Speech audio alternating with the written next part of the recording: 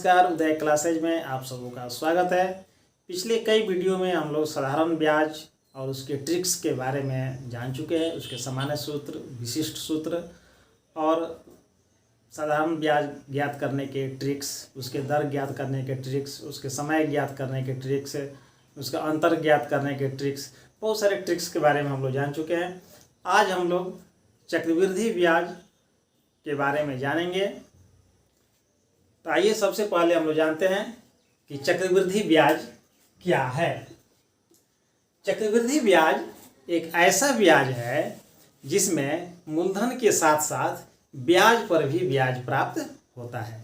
यानी चक्रवृद्धि ब्याज के अंतर्गत हम जो भी मूलधन उधार लेते हैं या उधार देते हैं, उसमें प्रत्येक वर्ष जो ब्याज का संयोजन होता है वो मूलधन में जुड़ जाता है और अगले वर्ष के लिए वो जो मिश्रधन होता है वो मूलधन हो जाता है। जैसे यदि कोई धन P हम उधार लेते हैं और इसमें जो ब्याज का दर है R%, ये दोनों जोड़ करके जो हमारा ये जो प्राप्त होगा यानी मिश्रधन जो प्राप्त होगा, ये अगले वर्ष के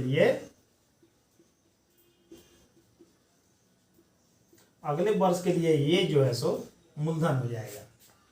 तो इस तरह से चक्रवृद्धि ब्याज ऐसा ब्याज है जिसमें मूलधन के साथ साथ ब्याज पर भी ब्याज प्राप्त होता है। आइए चक्रवृद्धि ब्याज से संबंधित कुछ अन्य महत्वपूर्ण बिंदु पर हम लोग प्रकाश डालते हैं।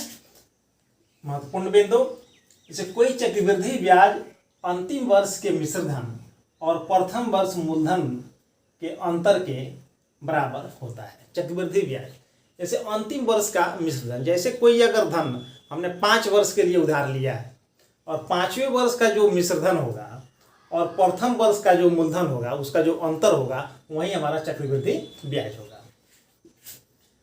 दूसरा है चक्रवृद्धि ब्याज में किसी वर्ष के अंत का मिश्रधन उसके अगले वर्ष में मूलधन के बराबर होता है। यानी चक्रवृद्धि ब्याज में जो भी धन हम लेते हैं उसमें जो ब्याज का संयोजन होता है वो अगले वर्ष वो मूलधन में जुड़ जाता है और उसके अगले वर्ष के लिए वो मूलधन हो जाता है। यानी अगले वर्ष का जो मिश्रधन होगा वो उसके अगले वर्ष के लिए मूलधन हो जाएगा। चक्रवृद्धि ब्याज में ब्याज और मूलधन प्रत्येक वर्ष बढ़ते रहते हैं। तो जैसा कि पहले ही हम बता चुके हैं कि चक्रवृद्धि ब्याज ऐसा ब्याज है जिसमें मूलधन के साथ साथ ब्याज का भी ब्याज प्राप्त होता है। तो जब ब्याज का ब्याज प्राप्त होगा तो ब्याज में भी वृद्धि होगी और मूलधन में भी वृद्धि होगी। चौथा है कि चक्रवृद्धि ब्याज में किन्हीं दो मिश्रधनों का अंतर। चक्रवृद्धि ब्याज में किन्हीं दो मिश्रधन का अंतर, उनमें से पहले वर्ष के मिश्रधन के ब्याज बराबर होता है। तो ये चक्रवृद्धि ब्याज से संबंधित महत्वपूर्ण बिंदु है।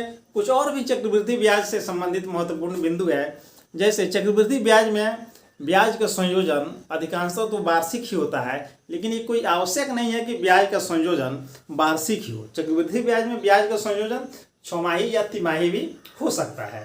यदि ब्याज का संयोजन तिमाही होता है तो दर को हम 1/4 कर देंगे, यानी दर को 4 से भाग दे देंगे और समय को 4 गुना कर देंगे।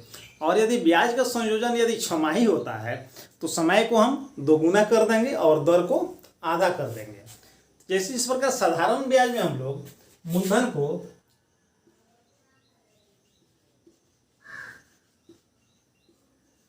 को P से इंगित करते थे, तो चक्रवृद्धि ब्याज में भी हम मूलधन के लिए P से हम लोग इंगित करेंगे।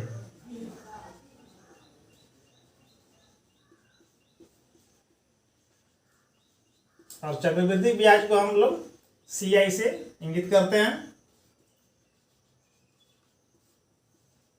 ब्याज का दर R होगा और समय T होगा।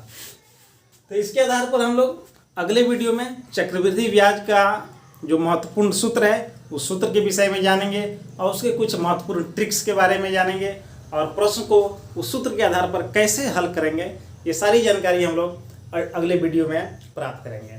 तब तक के लिए आप सबों का धन्यवाद।